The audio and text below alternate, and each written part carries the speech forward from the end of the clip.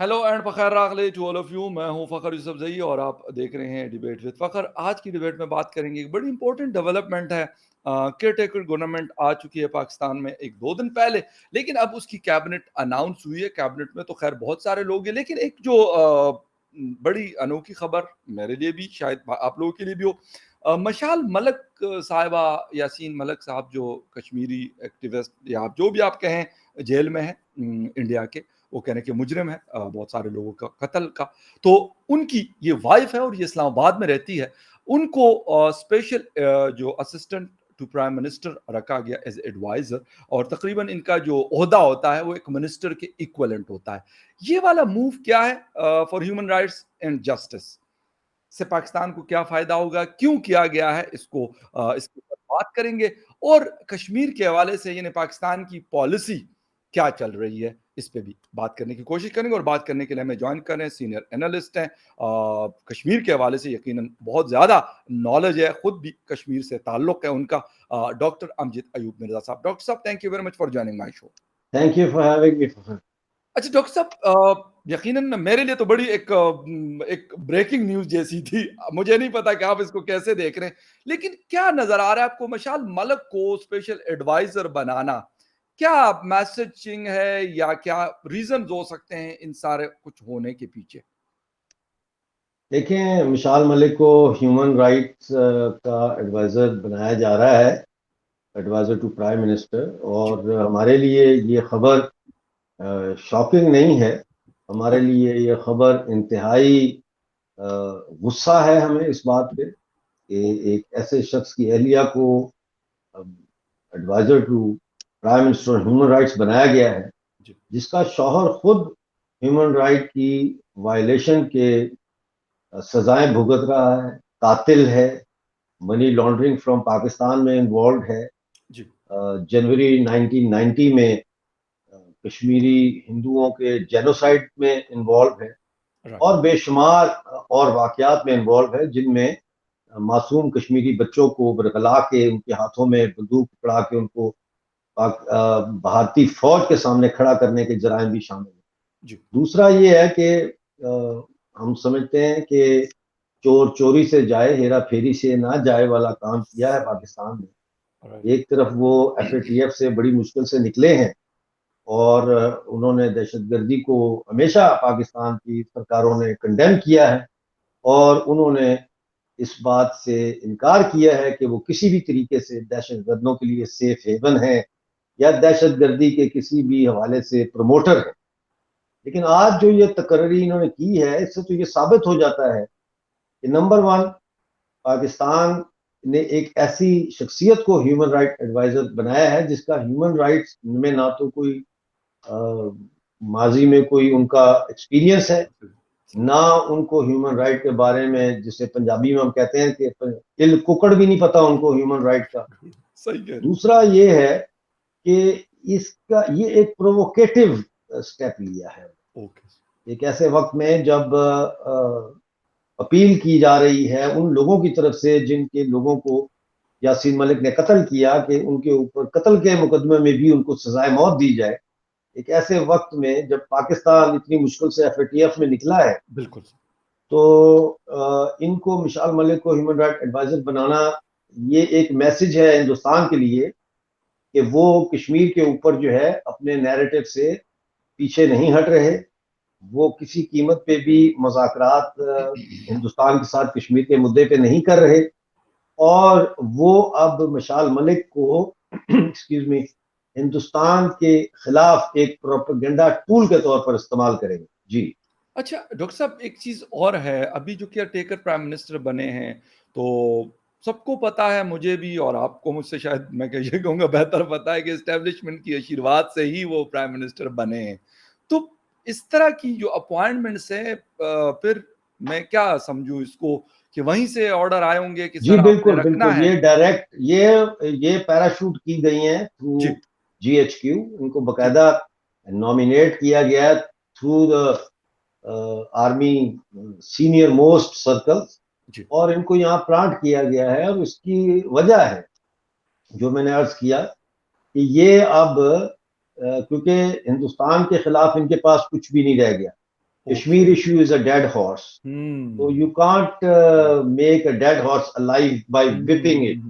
तो ये अब वो है कि मुझे नहीं पता इनका आगे क्या प्लान है। मुझे ये भी खतरा है कि ये अब पूरे दुनिया में जाके पाकिस्तान का नैरेटिव जो है ओ। उसको रीइंफोर्स करेंगी। और ये भी इम्कान है कि आने वाले चंद दिनों में और with in the next 24 hours ये जो अपॉइंटमेंट है इसको रिवर्स कर दिया जाए, क्योंकि इस वक्त इसके अभी ये ताज़ा खबर है, जी इसके जी। खिलाफ बहुत ज्यादा रिpercussions होगी। सबसे पहले तो ये है कि देखें ना, इंडिया तो आसानी से ये अब कह सकता है कि जी पाकिस्तान ने तो एक हमारे डेजिग्नेटेड टेररिस्ट की बीवी को ह्यूमन राइट का एडवाइजर बनाया है। तो ये पाकिस्तान के बहुत खिलाफ जाती है और पाकिस्तान को इसका बड़ा नुकसान होगा, क्योंकि सिर्फ ये नहीं है कि पाकिस्तान प्रोपेगेंडा करेगा। जब भारत और हम लोग जो सताए हुए हैं इस दहशतगर्दी के पीओजे के लोग, हम भी तो इंटरनेशनल फोरम्स पे जा रहे हैं। हम्म। जब हम वहां फैक्ट्स रखेंगे, दूध का दूध पानी का पानी हो जाएगा। आपका क्या ख्याल है कि विशाल मलिक को ये यूएनएचआरसी में भेजेंगे और इंटरनेशनल फोरम्स में भेजेंगे तो हम वहां पे इनका मुकाबला नहीं करेंगे? बिल्कुल हम मुकाबला करेंगे। और पाकिस्तान के किसी भी ऐसे इकदाम को हम कन्फ्रंट करेंगे जी। जो हमारे जो पाकिस्तानी ऑक्युपाइड जम्मू कश्मीर, ऑक्युपाइड गिलगित बल्तिस्तान के हवाले से मुबालगा आराई पे मबनी हो। जी। अच्छा डॉक्टर साहब, एक चीज़ आपने बताया कि बताई ये बात कि यासीन मलिक कैद में है, हिंदुस्तानी जेल में है। उनके ऊपर बहुत सारे एलिगेशंस है, मतलब केस का खैर फैसला भी हुआ है कुछ केसेस में, और डेथ सेंटेंस की बात हो रही है कि उनको डेथ सेंटेंस दी जाए। लेकिन मशाल मलिक के ऊपर तो ऐसा कोई एलिगेशन नहीं है। तो इंटरनेशनली आप जो बात कर रहे हैं, पाकिस्तान को इसका फायदे के मुकाबले में आप ये समझ रहे हैं कि नुकसान ज्यादा हो सकता है? In the long run Pakistan को जी। नुकसान होगा। ओके। और उसमें देखें, मिसाल मलिक की तो शादी के बारे में भी ये कहा जाता है कि आईएसआई ने शादी करवाई है। ओके। इंट्रोड्यूस ही आईएसआई ने करवाया है राइट। इन दोनों को, एक 5 स्टार होटल के हाई टी वाली जगह पे बिठा के। जी। दूसरा ये है कि मिसाल मलिक, जहां तक मेरी मालूमात है, ये तो कश्मीरी भी नहीं है। अच्छा। और तीसरी बात ये है कि मिसाल मलिक, बेशक उन्होंने खुद किसी को पत्थर नहीं मारा या उन्होंने खुद किसी को गोली नहीं जी। मारी, लेकिन वो किस चीज का मुकदमा लेकर जाएंगी आलमी सतह पे?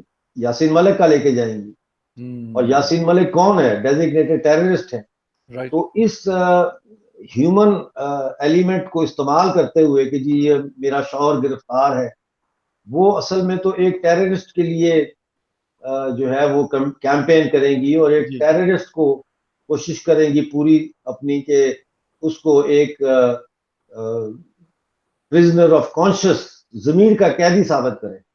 वो जमीर का कैदी नहीं है, सही। वो तो एक क्रिमिनल है और एक सहूलतकार था, पाकिस्तान का एजेंट था। जी। पाकिस्तान से पैसे लेके उन्होंने कश्मीर का बेड़ा गर्क किया 30 साल। अब उसकी वो सजा भुगत रहे। जी। अच्छा डॉक्टर साहब, ये वाला पॉइंट कि पाकिस्तान ने ये कार्ड खेलने की कोशिश की या जो भी कहें, इससे हिंदुस्तान के ऊपर क्या कोई प्रेशर आएगा या उनको कोई जो उनका नैरेटिव है उसको नुकसान पहुंच सकता है? नहीं, उसको तो फायदा होगा, इसलिए अच्छा। कि अब पहले तो ये छुप छुपा के काम कर रहे थे, जी जी। तो अब आमने सामने हम होंगे। उधर से मिसाल मलिक होगी, इधर से हम होंगे। सही। तो अब तो वो खाड़े में उन्होंने उतार दिया है जी उनको। अब तो बॉक्सिंग रिंग में वो आ गई हैं। जी। तो अब फिर मुकाबला होगा। और मुकाबले में हमेशा याद रखें, जीत सच की होती है। थोड़ा टाइम लगता है सच को ओके। मनवाने में, सही। क्योंकि झूठ इतना दिलकश होता है और इतना दिल फरेब होता है कि झूठ अपनी जगह लोगों के दिमागों में ज्यादा जल्दी बना लेता है। आजादी का ये दिल फरेब नारा जो है, इसकी आड़ में आप दहशतगर्दी अगर करेंगे तो एक वक्त तक तो लोग उसको बर्दाश्त करेंगे, क्योंकि आजादी के नारे में लिपेटा हुआ है आपने उसको। वो एक दिल फरेब नारा है, एक खुद फरेब नारा है। जी। लेकिन इन द लॉन्ग रन लोग समझ जाएंगे कि ये असल इसका जो कंटेंट है वो दहशतगर्दी है। और यही वजह है कि 5 अगस्त 2019 को 370 खत्म होने के बाद जो इमरान खान साहब वजीर आजम थे उस वक्त कहते थे कि खून की नदियां बह जाएंगी। बिल्कुल, वहां तो खून की बिल्कुल। नदियां तो दूर की बात है, वो तो एक कतरा खून नहीं बहा वहां। और अब आप देख लें कि आज का कश्मीर, नया कश्मीर और आतंकवाद का कश्मीर में कितना फर्क। अच्छा डॉक्टर साहब, आपको क्या लगता है कि पाकिस्तान कश्मीर पॉलिसी को, मतलब आप ये बता रहे हैं कि वो ज़िंदा करने की, मरे हुए घोड़े को ज़िंदा करने जी। की कोशिश कर रहा है। तो क्या कोई भी इसमें से, इनमें से नहीं समझता कि यार ये चीज़ अब वो नहीं रही जो आज से 10 साल या 20 साल पहले हुआ करती थी। वो इंटरनेशनल फोरम्स पे हो, वो हमारे साउथ एशिया के हो, आसियान पे हो, इंडिया वर्सेस पाकिस्तान पे हो, वो चीज़ अब मतलब आपको या मेरे जैसे लोगों को अगर पता है तो इन लोगों को नहीं पता। पता है इनको। जी। आपने एक कीड़ा होता है, उसको मैंने उसको नाम दिया है गबरेले का। आपने सुना है ये पहले कभी, गबरेला? नहीं सर। अच्छा, मैं आपको बताता हूँ जी, जी। गबरेला क्या होता जी, जी। है। गोबर होता है ना, गोबर। जी, जी, जी, जी। गोबर के अंदर एक कीड़ा होता है, जी। उसको गबरेला मैं कहता हूँ। वो कीड़ा गोबर से बाहर निकाल दे तो वो मर जाता है। ये पाकिस्तान जो है, इसकी सरकारें, इसकी इस्टेब्लिशमेंट, ये गबरेले हैं। ये इस गंध ये गंध पैदा भी करते हैं, और उस गंध के अंदर ये सांस लेते हैं। उससे बाहर आएंगे, ऑक्सीजन मिलेगी तो ये मर जाएंगे। सच्चाई जो है वो इनकी मौत है। लिहाजा ये जितना बड़े से बड़ा झूठ और बड़े से बड़ा जो है वो स्कैंडल बनाते हैं दूसरों के खिलाफ, और उसकी आड़ में उसके पीछे छुपते हैं, ये इनकी जरूरत है। ये मसला है हुँ, कश्मीर, जो इनके नजदीक मसला है कश्मीर है, ये पाकिस्तान के साथ खत्म नहीं होगा। ये जब तक हुँ। पाकिस्तान खत्म नहीं होगा, ये मसला कश्मीर खत्म नहीं होगा। पाकिस्तान से मेरा मतलब है, ये जो इस वक्त सिस्टम चल रहा है आपके यहाँ, सही। ये जब तक कलैप्स नहीं करेगा, नई जनरेशन सामने नहीं आएगी जो हकायक की बुनियाद पे अपने हमसाय ममालिक के साथ बेहतर तल्लुकात की ख्वाहा हो, जो दो कौमी नजरिए को रिफ्यूट करे, जो कलमे के रिश्ते के इस फरेब को नंगा करे, उस वक्त तक पाकिस्तान बच नहीं सकता। और ये लेके चलेंगे इसको, लेकिन हम तैयार हैं, बिल्कुल हम तैयार हैं। ये मिशाल मलिक को छोड़ के यासीन मलिक को ले आए, उसको बना दें, मिनिस्टर बना दें। इसको तो एडवाइजर बनाया ना, स यासीन मलिक को ये मिनिस्टर बना दे पाकिस्तान के ह्यूमन राइट का, तो जी। भी हम इनका मुकाबला करेंगे। अच्छा, डॉक्टर साहब एक चीज़ और है, क्योंकि यूनाइटेड नेशन बहुत बड़ा फ़ोरम है। वहाँ पे ये कहा जाता है कि ठीक है, उस तरह की सुनवाई अब पाकिस्तान की नहीं होती जिस तरीके से पहले हुआ करती थी। या यूरोपीय यूनियन है या फिर और बड़े सारे फ़ोरम्स हैं, ओआईसी में कभी यस कभी नो वाली सिचुएशन रहती है। लेकिन अगर मशाल मलिक जाती हैं यूएन के किसी फ़ोरम पे और इस तरह की, तो आपको लगता नहीं है कि यासीन मलिक का की जो आवाज़ बनने की, यकीनन उनकी वाइफ़ है वो, तो वो ज़्यादा स्ट्रॉन्ग हो सकती है। हो सकता है उनको फ़ायदा, तो मैं ये नहीं कह सकता कि इंडिया उसके लिए कोई लॉस चेंज कर देगा, बट फिर भी एक प्रेशर बिल्डअप हो सकता है। देखें, एक होता है म्यूजिक, जी, ठीक है ना, एक होता है शोर। जी, म्यूजिक इंसान सुनते सुनते उसकी रूह को ताजगी मिलती है, वो सो एन्जॉय भी करता सकता है। है, एंजॉय करता है। शोर से इंसान घबराता है, दूर भागता है। ओके। ये शोर डालेंगे जितने लोग भागेंगे इनसे, ओह! ये शोर डालेंगे। हम अच्छा। हम म्यूजिक लेके जाएंगे, हम दर्द का म्यूजिक लेके जाएंगे। आहा! हम हाँ। अपने दर्द के, जो हमारे दर्द के सुर हैं, उनके ताल जब छेड़ेंगे और लोगों को बताएंगे कि हमारे यहाँ 7 लाख नौजवान बेरोजगार है, 20 लाख की आबादी हमारी अब पीछे रह गई है, 20 लाख मुझसे बाहर है, उस 20 लाख में से 7 लाख नौजवान बेरोजगार है। आज पलंदरी के पास आटा तकसीम करते हुए, अभी कंफर्म नहीं है लेकिन 2 औरतें ट्रक से गिर के मर गई हैं आटा लेने के चक्कर में। जब हम उनको ये बताएंगे कि 17 अगस्त को, आज के दिन, पूरा दिन मुजफ्फराबाद में प्राइम मिनिस्टर के ऑफिस के बाहर पेंशनर्स ने धरना दिया, क्योंकि 3 महीने से उनको पेंशन नहीं मिली। जी। जब हम लोगों को बताएंगे कि हमारे किसी गांव में, किसी कस्बे में, किसी शहर में आटा और गेहूं नहीं मिल रहा, जब हम उन्हें बताएंगे कि हमारे से जबरदस्ती साइन करवाए जाते हैं इलाके पाकिस्तान के, और फिर हमें सरकारी नौकरी दी जाती है या हमें इंतखाबात में खड़े होने दिया जाता है, जब हम उन्हें बताएंगे कि हमारे अस्पतालों में सांप कुत्ते के काटने की वैक्सीनें नहीं है, जब उन्हें हम बताएंगे कि मुजफ्फराबाद में 2005 के जल्जले में 811 स्कूलों की इमारतें जो तबाह हो गई थी वो आज तक नहीं बनी, इसके बावजूद कि अरबों रुपया बाहर से आया है, हाँ बिल्कुल। वगैरह वगैरह, तो फिर वो दर्द के जो सुर होते हैं और दर्द का जो म्यूजिक होता है ना, वो ज्यादा ताकतवर होता है, वो आंखों से आंसू निकाल देता है। सही। अच्छा शोर ये करेंगी तो लोग कानों में उंगलियां ठोंस लेंगे, लेकिन करे शोर। लेकिन लेकिन डॉक्टर साहब, आपको नहीं लगता कि मशाल अगर किसी फोरम पे खड़ी होती है तो वहां हम्म, पे वो थोड़ा बहुत इन्फ्लुएंस क्रिएट कर सकती है? यानी क्योंकि पिछले कर हम ये सकती तो है, एक देख देख रहे हैं कि 7-8 सालों से उनके ऊपर काफी वर्कआउट किया गया, कर सकती प्रेस है, इन्फ्लुएंस कॉन्फ्रेंसेस, कर सकती मुख्तलिफ है, चीजें करवाई गई। इन्फ्लुएंस कर सकती है, लेकिन वो इन्फ्लुएंस जो है वो Pakistani establishment, Pakistani foreign office के झुरमट में इन्फ्लुएंस पैदा करेंगी, वो उससे ज्यादा बाहर नहीं जाएगा। हम अच्छा। इंडिपेंडेंट ह्यूमन राइट एक्टिविस्ट के तौर पर अपनी कौम को रिप्रेजेंट कर रहे होंगे, हमारे ऊपर पाकिस्तान की कोई सरकार का कोई वहां प्रोटोकॉल नहीं होगा, सही। तो ऑब्वियसली जब ये जाएंगी तो she will be addressing any international forum on behalf hmm. Of Pakistan government. I will be addressing the same forums on behalf of my own people. There's a big difference. हम्म। सही। लेकिन लेकिन डॉक्टर साहब, आप ये बात बिल्कुल सही है, आप कोशिश अपना, आपका एक नैरेटिव है, अपना एक मूवमेंट है, जो भी चीज़ें हैं आप उसके लिए कोशिश करते हैं, मेरे ख्याल में वो आपका अपना एक वो होता होगा। लेकिन आपको लगता नहीं कि अगर गवर्नमेंट उनके साथ खड़ी है और आपकी मूवमेंट के लिए यकीनन इतना आसान नहीं होता, हम बलूचिस्तान को देख रहे हैं, हम केपी में ये हमने किसी ज़माने में हमने ये चीज़ें देखी, अब अगर कश्मीर या जीबी में ये होता है तो ये मतलब इसको एंड तक ले जाना एक सम टाइम में नामुमकिन तो खैर दुनिया में कोई चीज़ नहीं होती, लेकिन ऐसे लगता है कि सम टाइम ये इम्पॉसिबल वाले सर्कल में आ जाती है ये चीज़। देखें, इस वक्त सूरत हाल ये है कि पाकिस्तान में जो मुख्तलिफ आज़ादी की तहरीकें चल रही हैं जी। उनमें दो चीज़ें हैं जो नोट करने वाली हैं। जी। बलूचिस्तान में चल रही है मूवमेंट, बिल्कुल। मुसल्ला जो चल रही है, बिल्कुल। एक से ज्यादा तंजीमें चला रही हैं, बिल्कुल चल रही।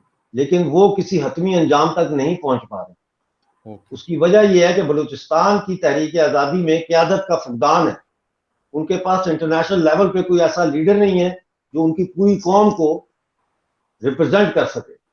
वो सब अपने अपनी तंजीमें अलग-अलग रिप्रेजेंट कर रही हैं।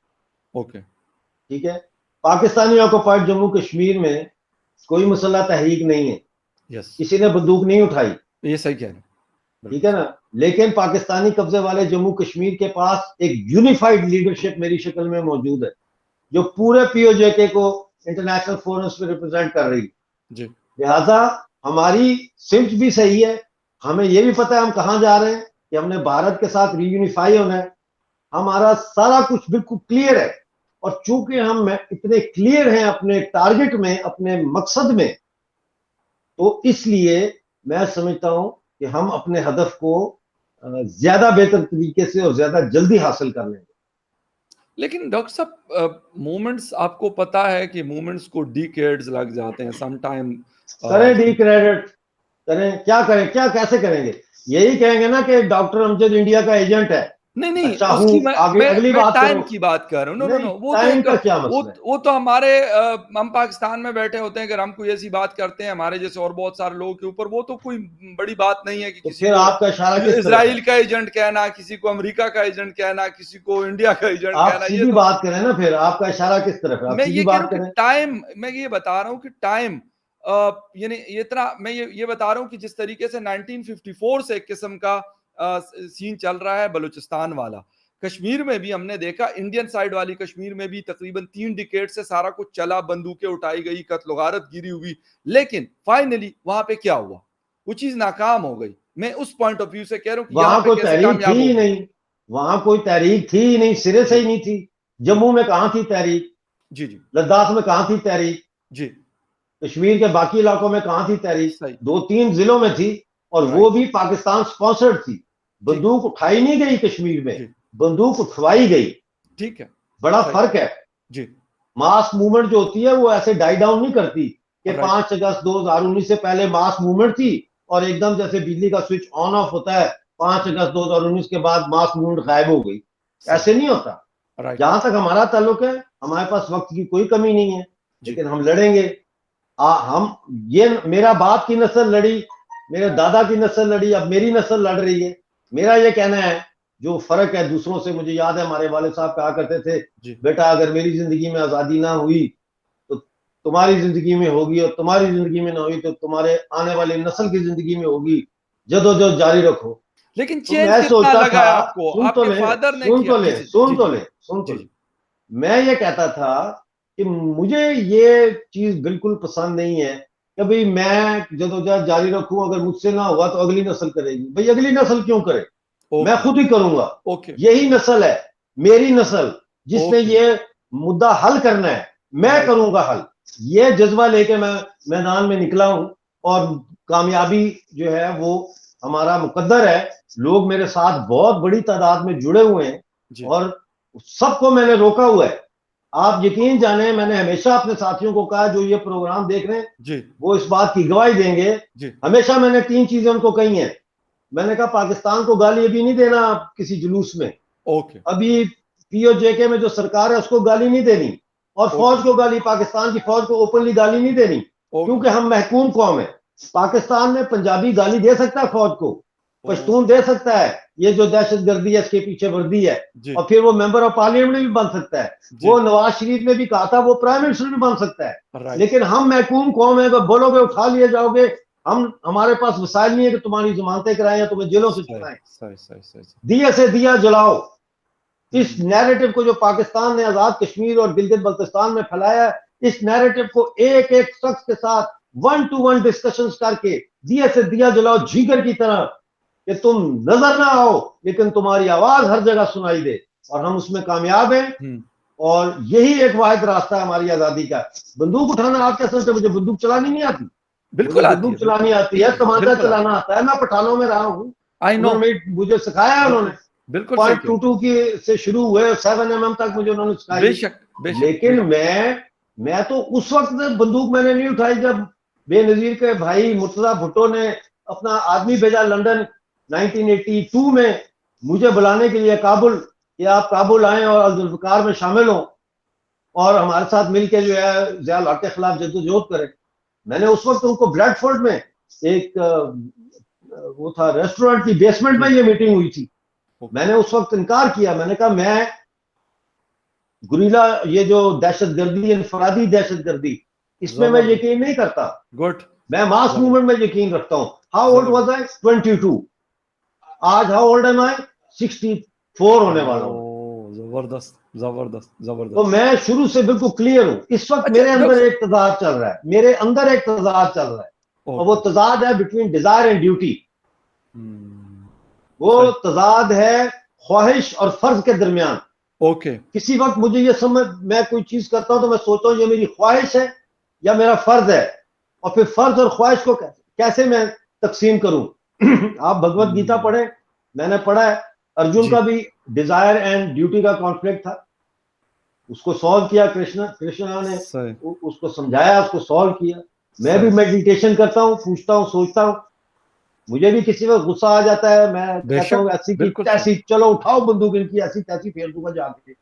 फिर मैं मेडिटेशन करता हूँ, मैं अपने आप को पुट टुगेदर करता हूँ अपना, और मैं कहता हूँ नहीं, सही जदोजहद पुरअमन सही होगी। सही सही सही सही। अच्छा डॉक्टर साहब, एक चीज छोटी सी आपसे पूछनी है। एक तो ये कि चेंज कितना आया, और द सेकंड थिंग कि इंडियन साइड वाले कश्मीर की हम डेवलपमेंट बहुत सुनते हैं, क्योंकि हम में से तो देखा किसी ने नहीं, लेकिन सोशल मीडिया पे खबर भी आती है, कुछ वीडियो भी लोग शेयर करते हैं। उसका कितना इम्पैक्ट हो सकता है आपकी मूवमेंट हो, या फिर हमारे लोग वैसे भी अगर, बहुत ज्यादा, क्योंकि अगर मुझे अगर एक बहुत चीज ज्यादा सहूलत नहीं मिले इम्पैक्ट और है, किसी और को मिले। जी बहुत ज्यादा इम्पैक्ट है।